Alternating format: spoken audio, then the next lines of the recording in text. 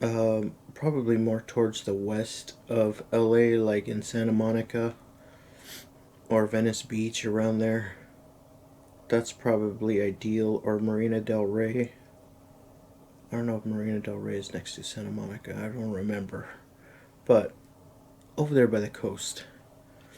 Probably be the best location. Oh, you know what was probably the best location if I had a lot of money? Palos Verdes is probably one of the best places that I've seen in LA County. I'm not sure exactly if it's in LA County, but it's in California.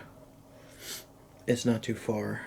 It's in one of the beaches, but most likely it's in LA County. LA County is pretty huge. So, the hell was I getting at?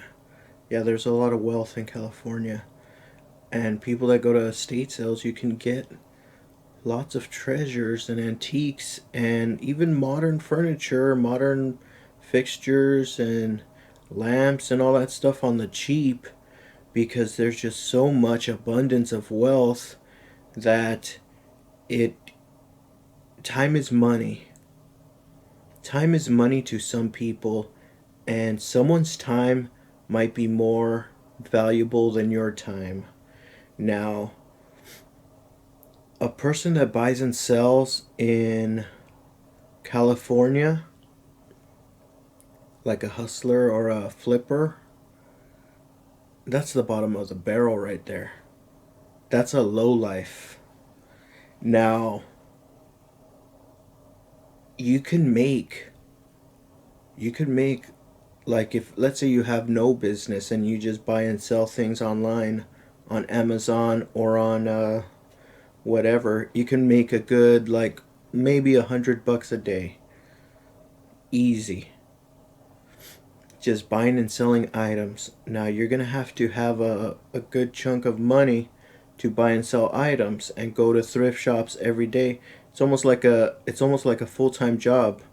Your full-time job is to go to thrift stores, um, estate sales, yard sales, swap meets, trash cans. Just have a lot of connections to talking to people that are throwing away junk. Storage lockers. There's so much wealth everywhere in LA County. There's 10 million people that live here in this little county. And a lot of them are millionaires. And most of those millionaires are very, very old. And their children just don't care about their wealth. So they just auction it off. So I'm saying that someone's time is more expensive than a picker's time. Now, they when they throw estate sales, their intention is to get rid of the junk. To them, it's junk. Yeah, to you, it's $100 item, but it's gonna take you a few months to sell $100 item, and that's just time they don't want to invest. They rather just sell that crap for the cheapest amount possible, get rid of all the contents in the house in one day, and then if they have nothing else, they donate the rest to the Goodwill. And then they clear out the house and they sell the house. Because selling a house will provide you more profit than selling a bunch of little trinkets here and there and antiques. There's not really that much money to be made selling antiques. Um, One single person selling antiques and treasures. Yeah, you make a good living. You can make a decent amount of money if you really push yourself. Probably the most you can make is, well, actually the sky's the limit because you can really make a lot. You can make up to $1,000 a day if you want to selling antiques, but most people are satisfied with $100 a day. So once they hit that 100 a day, they're like, oh well, I'm set. I'm making like 600-700 bucks a week, and all I gotta do is shop at thrift stores and yard sales, and I got 800. Sometimes you get a big score and you make like 3,000 in a day, but that's like few and far between. That's like every like 6 or 7 months. you're gonna have a big score of about 4 or 5 thousand bucks maybe, and then you're just gonna have that regular $100 a day, just selling junk. So what I'm saying is, there's a lot of people in the world that, I mean, there's a lot of people in LA County. The economy of LA County is very competitive. There's not just one. There's just not one picker. There's like different pickers. But you know what? There's so much abundance in LA County that you can actually specialize in something. So there would be one person that specializes in gold jewelry, and then someone will be specializing in silver jewelry, and then someone will specialize in costume jewelry, and then one person would specialize in selling books, and then one person would specialize in selling records, and then someone in selling furniture. So everybody will have like a, there's plenty of treasure to go around basically. There's not one guy that buys the whole house and sells it, because it does take effort to buy and sell things. So, all right. So this has been pretty rambly, but what I'm trying to say is, with the corona, that's how life was about a year or 2 years ago. We would go to work, we would have our job, and then we would do a side gig or hustle after the job, because the more money you have in LA County, the more fun you have, because LA County economy is pay to play.